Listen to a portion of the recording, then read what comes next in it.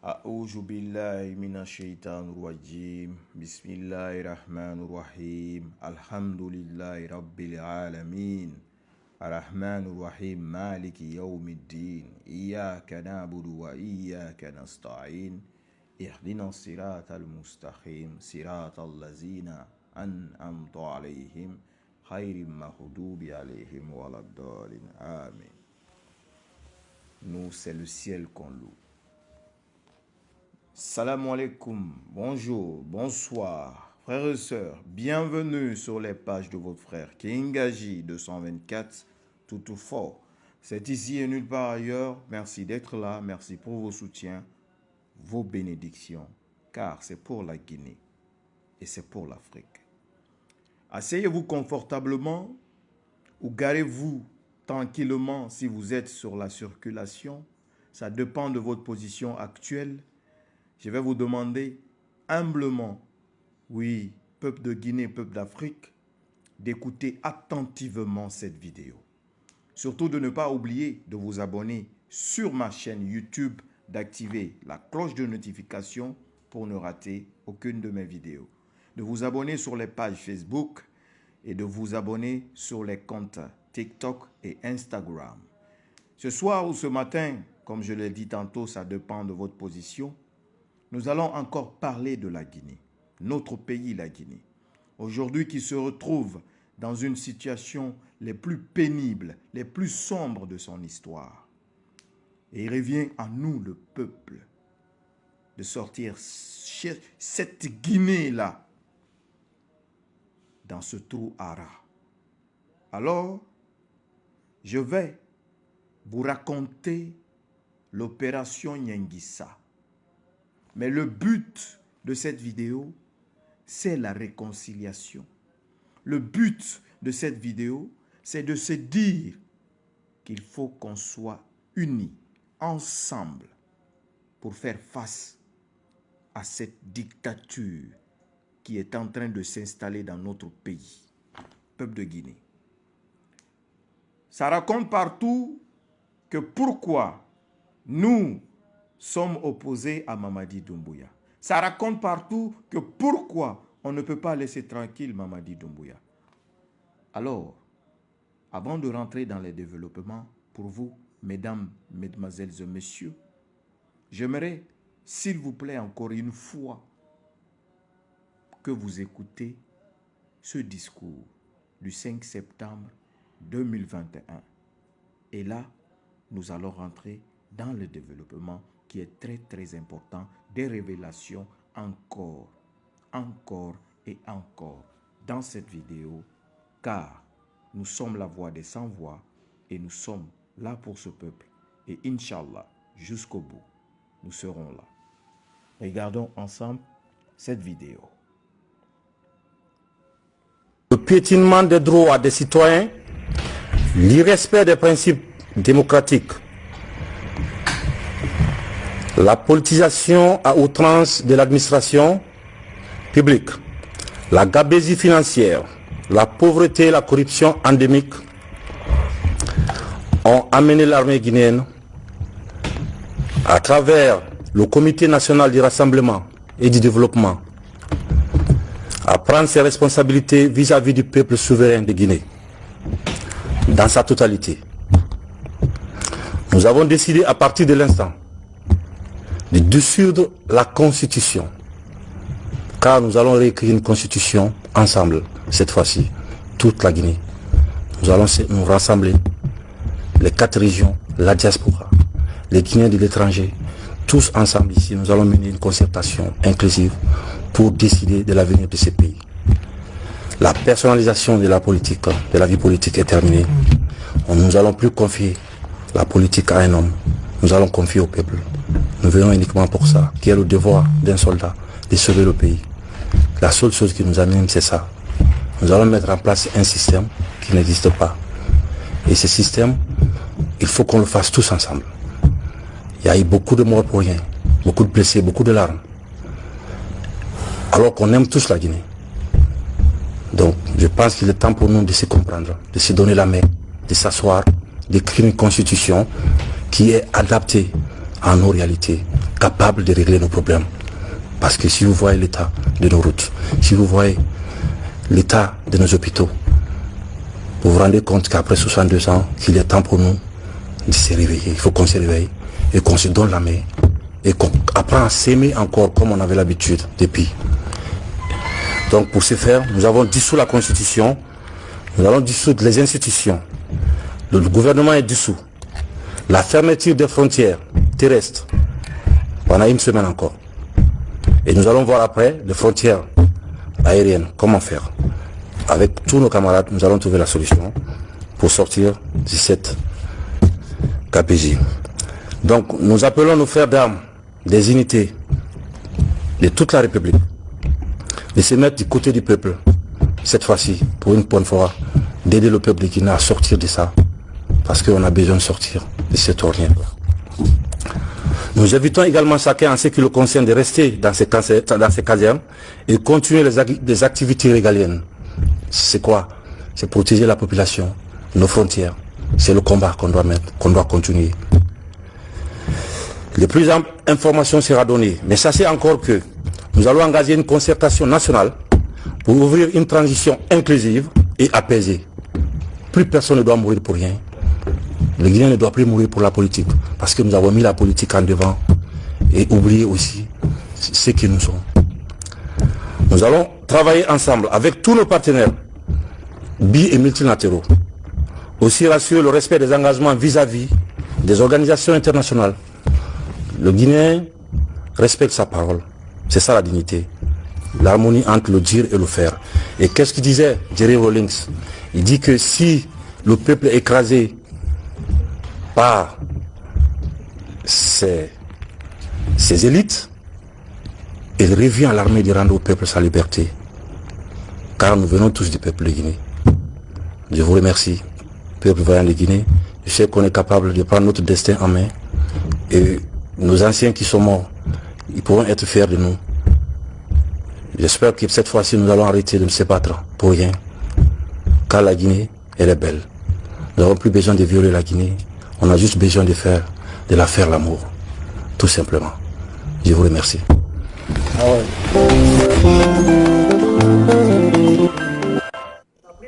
Vous n'avez pas pris de disposition parce qu'on est encore assis ici.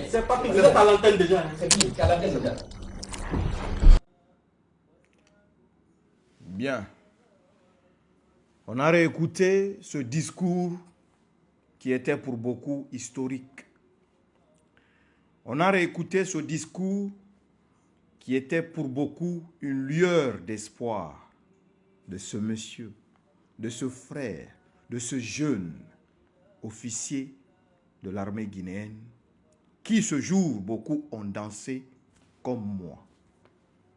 Alors, peuple de Guinée, africain, d'ici et d'ailleurs, voici le problème avec Mamadi Doumbouya. Ce jeune officier qui va faire coup d'État au vrai organisateur de coup d'État, parce que lui était seulement l'homme qui devait aller sur le terrain. Le vrai instigateur de ce coup d'État n'était personne d'autre que l'ancien chef d'état-major général des armées à la personne du général Namori Kondé, actuellement ambassadeur de la Guinée au Maroc. En passant, je remercie mon grand frère, Mara président de la France, Nicolas, qui m'a envoyé ce costume depuis la France. Je n'ai même pas retiré l'étiquette. Merci beaucoup, grand frère. Alors, opération Yangissa, c'est-à-dire l'opération pour faire coup d'État à Alpha Condé. C'est ce récit que je vais vous donner tout de suite ici. C'est triste et dommage. Nous sommes dans quelque chose. Si on ne s'unit pas, la Guinée ne verra jamais la lumière du bonheur. Le soleil du bonheur, on ne le verra pas. Regardez bien le cas. Regardez bien. C'est un faiseur de sale boulot. Il est prêt à tout pour aller jusqu'au bout. Là où il n'a pas épargné de trahir celui qui l'a donné tous les atouts. Parce qu'en vraie réalité, ce n'était pas lui qui était le commandant des forces spéciales. Tout ceci est venu parce que la Guinée, on est divisé. C'est cette division-là. Le commandant des forces spéciales, au départ, je vous ai dit et répété plusieurs fois ici, s'appelle Aliou Ba, le Varan, un Peul, qui était commandant des forces spéciales. Donc, sous les instructions, parce que le général Namori Condé avait déjà planifié de renverser Alpha Condé. Aujourd'hui, il se retrouve un faux ambassadeur au Maroc. Donc, ce même général, chef d'état-major général des armées à l'époque, va voir Mamadi pour lui dire « c'est toi que je vais amener là-bas » pour préparer leur plan. C'est comme ça, Aliou Ba, le Varan, va être remplacé à la tête des forces spéciales. Récemment, quand j'ai parlé de cette histoire de logo, parce que le logo des forces spéciales, c'est ce Aliou Ba qui a créé le logo des forces spéciales. Quand j'ai parlé de ça, tellement que le gars est jaloux, il veut faire croire à tout le monde que oui, c'est lui qui a tout fait. Alors que ce n'est pas ça la réalité. Donc, il a un peu changé le logo. Et là, aujourd'hui, il est devenu président. C'est-à-dire, je vais vous faire comprendre une chose. Mamadi arrive au pouvoir dans la trahison. Mamadi s'assoit, reste au pouvoir dans la trahison. Et Mamadi est en train de gouverner la Guinée dans la trahison. Mais, qu'est-ce que Mamadi peut nous apporter? Rien, absolument rien du tout. Parce que Mamadi arrive. Namori, pour lui, c'est Mamadi qui va prendre Alpha comme l'opération déjà planifiée. Ok, va avec tes hommes. Je vais infiltrer mes gars. Il prépare le coup à Forekaria.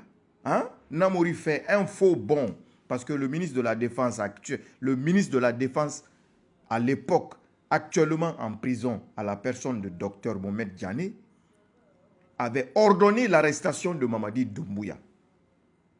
Et les militaires pro-démocratiques étaient à la recherche de Mamadi Doumbouya. Et là, comme le chef d'état-major d'alors, Namori, était complice avec Mamadi pour faire le coup d'état, il a caché Mamadi sous son aile. L'opération Nyengissa a été préparée à Forekaria, vers Pamala là-bas, et il y avait des femmes qui préparaient des riz pour eux là-bas. Même les éléments des forces spéciales ne savaient pas pourquoi on part à l'opération, voilà, Nyengissa. Seulement quelques officiers des éléments des forces spéciales qui étaient au courant, avec le chef d'état-major général des armées. Jour de coup d'état, il descend à Conakry. Arrivé jusqu'au palais, ils ont dépassé plusieurs camps militaires. Mais aucun camp n'a pu réagir. Pourquoi? Parce que le chef d'état-major général des armées, oui, a dissuadé les commandants de camp de ne pas intervenir. C'est là qu'il a trompé l'ancien ministre de la Défense que j'ai dit tantôt, Dr Mohamed Diané. Si vous vous rappelez bien, peuple de Guinée, quand on a parlé de coup d'État, quand on a dit que le palais était attaqué, quand ça tirait partout, qu'est-ce qui s'est passé? On a vu un communiqué du ministère de la Défense émanant du chef d'état-major général des armées en disant au peuple que de rester calme, que la situation était sous contrôle. Mais ce que le ministre de la Défense à l'époque ne savait pas, la situation était sous contrôle dans quel côté? Le côté des putschistes ou le côté des militaires pro-démocratiques.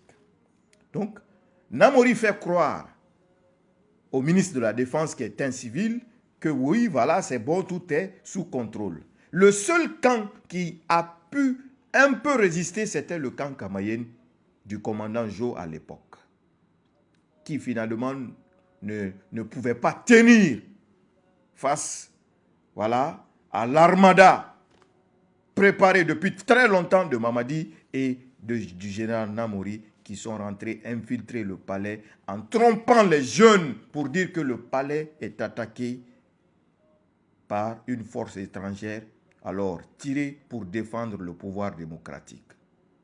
Allahu Akbar. C'est-à-dire, Mamadi arrive en Guinée, prendre le pouvoir dans la trahison.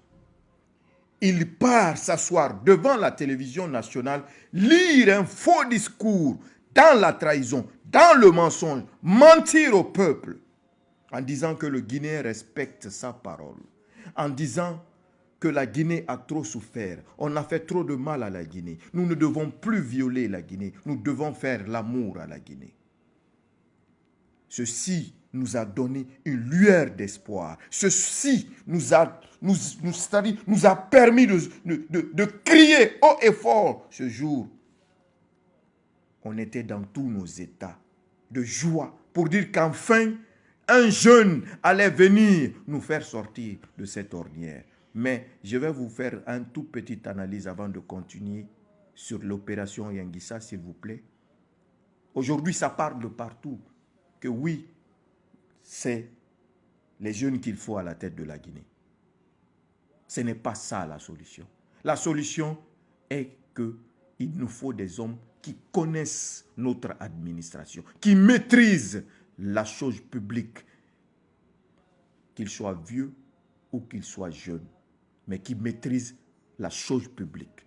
Le problème de notre pays aujourd'hui, c'est qu'on a toujours eu des présidents, oui, qui ne maîtrisent pas la chose publique. Prenons par exemple le premier président, Feu Ahmed Sékou Touré. Il est arrivé au pouvoir, ancien syndicaliste, il était jeune, dans les quarantaines, il va rester au pouvoir, vieillir, mourir au pouvoir. Celui qui va prendre, oui, le pouvoir, il était jeune. Feu général Lansana Conté, Feu général Ahmed Sékou Touré, paix à leur âme. Feu général Lansana Conté prend le pouvoir en 84. Il était jeune, dans la quarantaine. Il vieillit au pouvoir et meurt au pouvoir. Pourquoi? Parce que ce n'était qu'un militaire qui ne maîtrisait pas la chose publique, qui n'était pas instruit.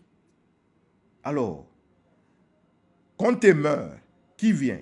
Le capitaine Moussa Dadis Camara, militaire, qui ne maîtrise pas la chose publique, qui ne connaissait que le carburant, car il n'avait seulement été que l'intendant général de l'armée guinéenne. Toujours les mêmes erreurs. Il arrive au pouvoir, il avait quel âge? Jeune, dans la quarantaine. Après lui, qui? Son ami de toujours, général Sekouba Konaté, qui était où?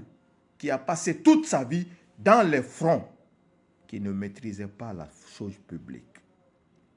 Konaté organise les élections et on part aux élections. Le Mandela, la Guinée is back. L'ancien président Alpha Condé arrive au pouvoir. Il était instruit, vieux opposant, 40 ans de lutte, tout l'espoir renaît que la Guinée, enfin, nous allons rayonner dans les concerts des nations. Erreur, il ne connaît pas la chose publique. Sa seule faute qu'il a eue pendant qu'il était opposant, il a refusé de travailler avec celui qui l'a toujours combattu à l'époque, à la personne du feu général Lansana Conté. S'il avait été malin, comme l'ancien président sénégalais Abdoulaye Wade l'a fait au Sénégal, travailler avec l'ancien président sénégalais, son excellence, ses excellences, Abdou Diouf, parce que Abdoulaye Wade a été ministre à plusieurs fonctions différentes dans le gouvernement d'Abdou Diouf. Et il va devenir président au moment qu'il maîtrisait toute la gestion publique. Et Alpha Condé arrive, il a passé toute sa vie à être opposant. Il ne connaissait rien de la chose publique. C'est le seul vieux que la Guinée a eu comme président. Et la seule et unique erreur, il ne maîtrisait pas la Guinée, il ne connaissait pas la gestion publique. Et les mêmes systèmes qui ont détruit ce pays ont continué.